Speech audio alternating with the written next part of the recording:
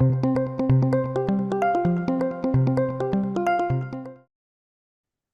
right. Thank you, everybody, for attending today's webinar. So to get started, today we're going to talk about the updates. The big feature today is the ESTA, a little bit about fixed assets and some of the changes we've made to the fixed asset maintenance. And then for those of you who have to file ACA through the AIR system, I'll be doing a brief go through again on how to do that in Pro Fund Accounting. During today's webinar, please, you can type your questions in the chat box as always. We always have an open Q&A session at the very end to cover any topic we may have missed. You can always send us an email afterwards, and we will be glad to answer any questions you might have. Our next webinar will be March 3rd at 10 a.m. As of now, we don't currently have a topic for that webinar. So for today, we're going to take a look at Pro Fund Accounting. And we are going to look at the updates. So one of the updates we did was for my work, we added the ability to copy time cards from another day. So a new button was added next to the Add Time Card button on the time card list page. When clicked, you may select a date to copy over to the current day. So you're copying it over from a previous day to the current day. Also, personal time card types, inventory attachments, and rejected time cards will not be copied because obviously you don't need to copy those. And then also we added a breakdown of total hours by pay type at the top of the time card list page and in the header of each item on the time card approval page so the supervisor can see the breakdown of the hours, what different pay types they used. One of the bigger changes we made behind the scenes in January was we updated the client preparation tool. Some of you may know what that is, but that's just a tool that we use to connect the database to Pro Fund Accounting. We fixed some issues within the fixed asset calculation. Obviously, most of what we did this month was bug fixes. Let's see, is there anything else? We fixed a typo. And we fixed there was a typo with that one. But we added a billing code CRDR account validation to cash receipting. And we also added the no bill and the no bill T billing codes account retrieval dialog. So more validation. In inventory maintenance, when you're selecting inventory usage, it's now a date range and not just a high date. So you can now search by low and high date, not just high date. We did some work on the state trunk line to override the route selection codes for maintenance accounts with the roadside park MLAP. With the account when the level 6 is at 1330. And we also updated, so only put out the route section code or side road park MLAP, but we won't put out both, and updated those codes to be 4 characters in length. So some changes to state trunk line. We fixed the one issue with Schedule C rates. We did update all our source code back in early January to .NET 9. Again, that's the latest Microsoft practices, so you probably shouldn't have seen much difference, but we did do that. All right. That's it for updates. Let me go back to the slideshow. All right, for the ESTA. So the ESTA goes into effect February 1st, 2025. And again, there is several bills out there that will change ESTA, and as always, Cogitate will monitor that closely and make any adjustments to ESTA if necessary. So we added and again, I'll go through a demo on how to set one up, but we added a new bank calculation type 5, which add the value in parameter 1 based on hours worked in parameter 2. Then you enter the date the bank starts counting hours worked. So typically that would be February 1st, 2025. Then you could select the payroll types. The hours will be included in the bank calculation. Obviously, vacation time doesn't count for, or comp time doesn't accumulate your bank type. Overtime is not accumulated at 1.5 times the regular rate. 1 hour overtime does count as 1 hour worked. So there's no extra increase because it was an overtime pay code. You run the bank as normal for the bank calculation. And then to use it, you could set up a PR type to update the bank when employees use the hours. So I'm going to go through on how to set up a bank in Pro Fund Accounting. So if you go into bank types, you want to go ahead and click New. I think I already have one, but I'll just do ESA. And this is my ESTA. And then I want to go down to the calc type and I want to select calc type 5. And notice this date box will appear. You could really set it to any date, but we'll set it for February 1st. That's when the bank will start accumulating the hours. And then you can select any of these pay codes. So we're just going to do regular and overtime to accumulate. Obviously, for sick time, you don't want to. So I'm going to go ahead and hit save.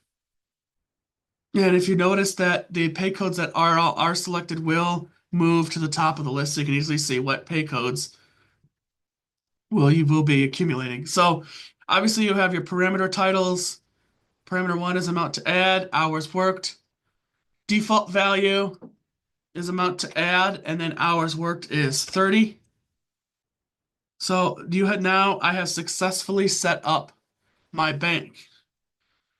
And then obviously, once you are done setting up your bank, you could just go into employee maintenance, go into banks, click new, and assign him the new bank that I just created. Obviously, he has a lot of banks because of testing, and you don't have to fill in, unless you want to override the default parameters, you don't have to fill in any one of these parameters. You just have to add the bank to each employee. So that's basically how you set up an employee with ESTA. And then you can go into bank calculation. You can select the effective date. So we'll just go here, select here. You could obviously select the department. This is our new one we created. And when you hit calculate banks, it'll sum up all the hours that were posted on or before this effective date with that bank, and then subtract off the hours that were used, and that is your current bank balance. So it's not that complicated, and there's not a whole lot to it. So let's see. Yeah, I didn't think there was any banks. So, and I'm gonna reiterate that it is hours posted and not hours paid. So if you go into like on the 21st, do a payroll post for the employees and then run bank calc, it will calculate based on the hours from any of the pay types you had selected in this pay type list. And obviously in payroll types, you can set up a pay code for ESTA and then just update the following bank, select the ESA, so that way if an employee needs to use it, they could just do the payroll type of ESA or your ESTA pay type. So, and I also want to point out that there's a bill that they're thinking about. It passed this Michigan's House, I believe, that it would now, instead of 10 employees, it would be anybody under 50 employees would not have to follow the ESTA. And there's another. Yes, I can show the perimeter screen again. There's also another bill that would currently the amount of hours is uncapped, so they accumulate. You can limit the amount of hours they can use in a year, but currently it's uncapped how many they can accumulate. So there's also a bill in the House that is to cap the hours at like 300 hours. So again, if they make changes to this before, even after the 21st of February, then we will be on top of it and make the necessary corrections. So in bank types, you go down to your ESTA. and you get your parameters. These are default parameters that we put in once you save it the first time. You can enter in your own parameters, but then this is the default value. So ESTA ESTA accumulates at for every 30 hours that you've worked, you get 1 hour of this new sick time.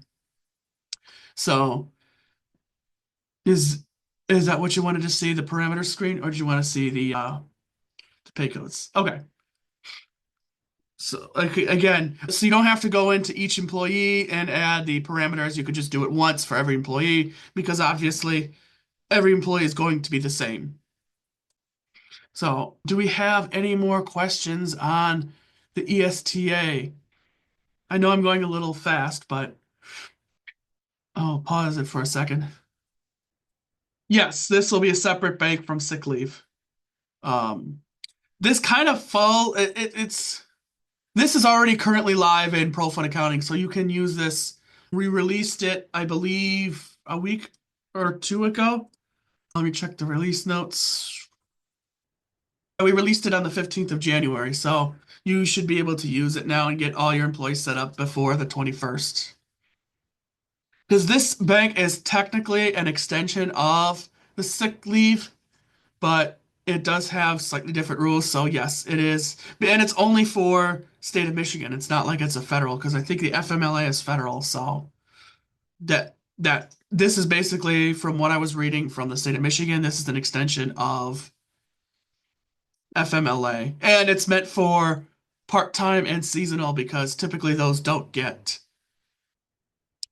sick time. So this was a way to ensure that even part-time and seasonal and temporary employees also can accumulate sick time. So, all right, do we have any more questions on the ESTA? I am not seeing any, so I'm going to move on to the changes we made to fixed assets. I don't know why. All right. So one thing that we did was we updated a lot of the fields. So once you have depreciation, any amount of depreciation, we lock the fields so they can't be edited because they could bounce later if you change them after you've already posted a depreciation. So obviously depreciation type you can't change. Life years, you can't change. The salvage value, the in-service date, and the purchase date, the starting depreciation amount, and the starting counter are all things that once the depreciation amount has been calculated, you won't be able to change. So just be wary of that. That is something we added with our new fixed asset maintenance. I know before we were very free with that, but we realized that a lot of this shouldn't be changed because it leads to improper depreciation calc if any of these values changed after depreciation has been calculated. So I wanted to highlight that as a something that we did that you may not be aware of. So when you dispose of the fixed asset, you can set the disposal date and click calculate final depreciation. What this does is this will take the remaining capital amount minus the down to value and post a depreciation entry. So it will zero out the remaining capital amount. It'll add the remaining capital amount to depreciation. So if you don't want that, you just want it to depreciate the regular amount. Say you disposed of an equipment halfway through the year and you didn't want it still had 20,000 in remaining in capital amount. You didn't want to depreciate that full 20,000 because you may have bought the equipment and then traded it in. It only needed 3 months of depreciation. Um, you can just run the fixed asset calculation and then select just that fixed asset. That will give you the final depreciation amount, and then you can set the disposal date so it won't show up on your list again, but it will give you the proper depreciation amount for those 3 or 4 or half year, as opposed to getting the total remaining capital amount. So I'm going to go ahead and show a little bit about that. So if I go to fixed assets, if you notice then these are the down to is one that that you can edit because we use that only when we calculate final depreciation. But the salvage value, the life years, and these dates are all locked behind because we already have depreciation calculated. So I just want to point that out. And then you can go to fixed asset calc. You can load the fixed assets, and then you can just select the one and click calculate fixed asset, and it will per post the depreciation. You can change your effective date to December 31st, and let's go ahead. It probably already is maxed out at depreciation. But I just wanted to kind of point that out because it's changes we made, and I don't know if we highlighted that because we have gotten a couple of calls on fixed assets, so I just kind of want to point that out. And one thing I do want to point out with all our maintenance forms is one way to easily find anything is to just click on this little filter icon and start typing. So I want to find any 2000, I'm looking for a specific piece of equipment. And you can just type in, if you know the code, you can just type it in and it'll filter. It's a very quick and easy way to find something that you're looking for. I'll show it off in General Ledger in Account Mate. We'll pull it over here. If say you're looking for all your DEE accounts, let me scroll to content.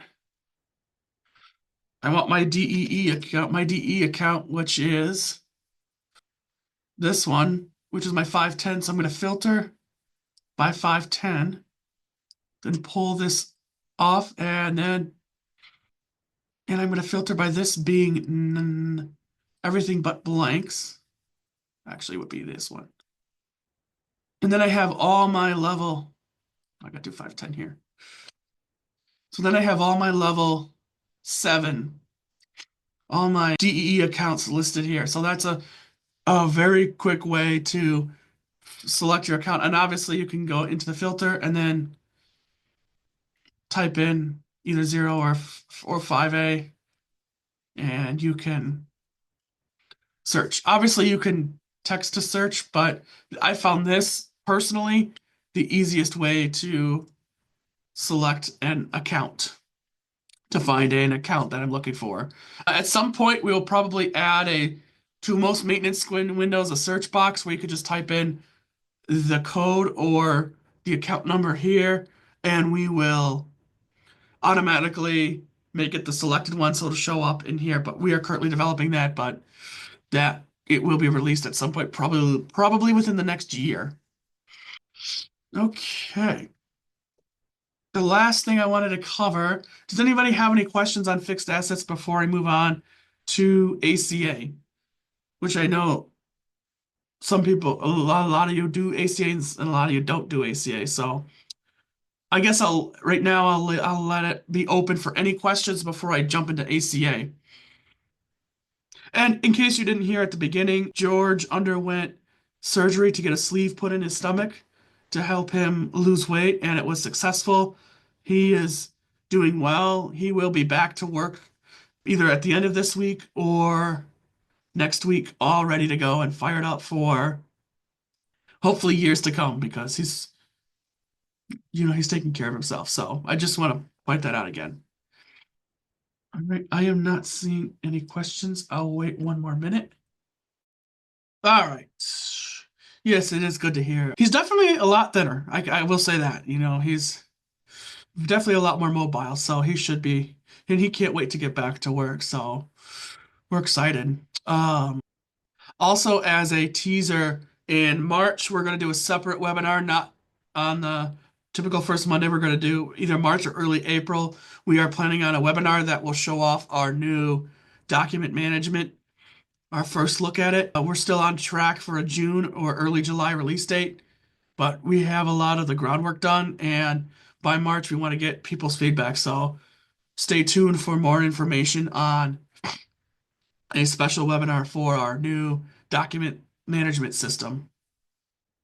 All right, we are going to go to human resources, and the last subject I wanted to cover today was ACA.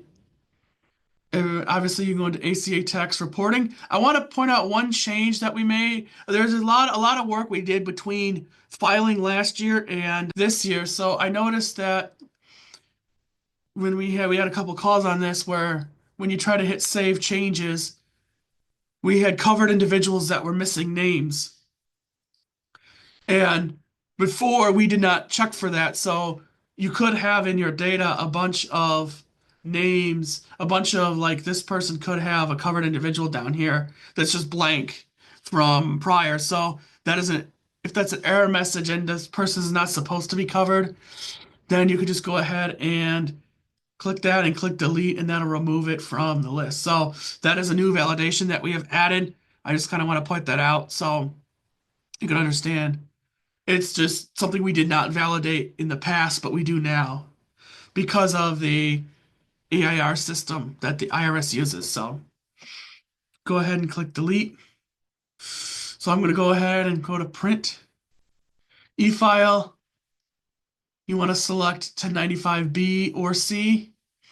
You want to enter in your TCC number. I'm going to just enter in a fake one. It's 5 digits. Let's see if it'll let me.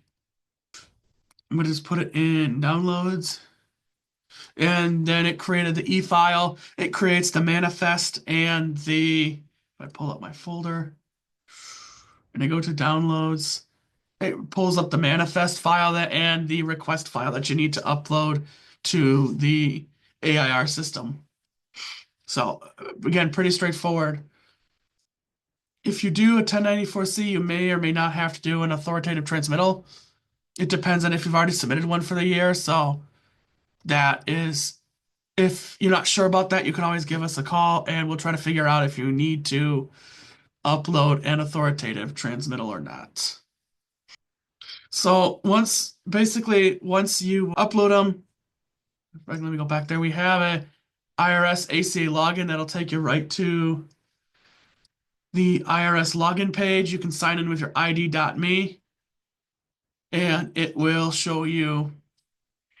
You can just upload those files. It'll give you a receipt ID. You want to make sure you either write that down, copy it, or print the screen. That way, when you go to look at your transmission, you can see if it was approved, accepted, or accepted with errors, or rejected. And if it was either rejected or there was an error, they give you a file that you need to download, and you can run our ACA corrections. So what it does is you can select the same manifest file. I will select the one that we have for testing corrections. We select the data file, which is the request file that you submitted. So you want to make sure you don't ever delete these files because and unless they're accepted, then you may be able to. And then the error file, and you click load files, and you get the list of all the employees with errors. Like this person happened to not have any covered individuals, so you could just add first name, last name, obviously his SSN, and then all 12 months. And then you can click the submit correction and it will say corrected. And then you could create the corrected error file. And then you could upload the corrected error file with, I believe, the original manifest, but let me confirm that. I don't want to get that wrong. So they do, when you do a correction, you do create it. Excuse me. They do give you a new manifest file. So they give you a whole new file, but you still want to keep the originals. So that is how you do a correction in case if your ACA forms were rejected. So does anybody have any questions on the ACA or uploading to the IRS? And again, those are due, I believe, at the end of, at the end of March, I want to say. I haven't looked at the date in a while. They're due February 28th. So they're due they're due March 31st, 2025. March 30th. So the last day of March for e-filing. So, as I thought. They're due February if you're doing paper copies, but obviously, because you guys have over 10 W-2s and 1099s and that, you're going to be e-filing these. So, Does anybody have, excuse me, questions in general? I'm not seeing any come in on chat. I also, we were hoping to get it out probably by the end of day tomorrow, maybe Wednesday on YouTube. So I know, but it probably won't happen today or tomorrow, but probably Wednesday we'll try to get it up on YouTube. Also, I feel the 1099 and W-2 filing season went a lot smoother than last year. I noticed there was a people had a lot less problems logging in and submitting their 1099s, which is good because last year was a nightmare with all their with the site keep crashing. So far, I only had one instance of the site crashing in the middle of trying to do an upload. So hopefully everyone got through their e-filings okay. And I did want to point out, I did not know this. I found this out this last week. If you use the TIN verify, you can only do up to 4 verifies for the same TIN number before the system locks you out for 4 days. So I did not know that. I found that out last week when trying to verify somebody. They locked me out. So if you're trying to verify a vendor and you don't get it right like the first 2 times, I wouldn't recommend trying again until you contacted the vendor and make sure you have the correct W-9. So if you're using the TIN verify for validating all your vendors, which I recommend because anyone who's doing 1099s, you guys will have access to the 1099 portal, and the TIN matching is an extension of that portal. So, and if you're not sure how to set it up, you can always give us a call, and we'll be happy to step through. So, all right, it's a last call for questions, and then if not, I will see you guys all in March. You are now working smarter with ProFund Accounting. Thanks for watching. Be sure to like this video and subscribe to our channel for more content like this.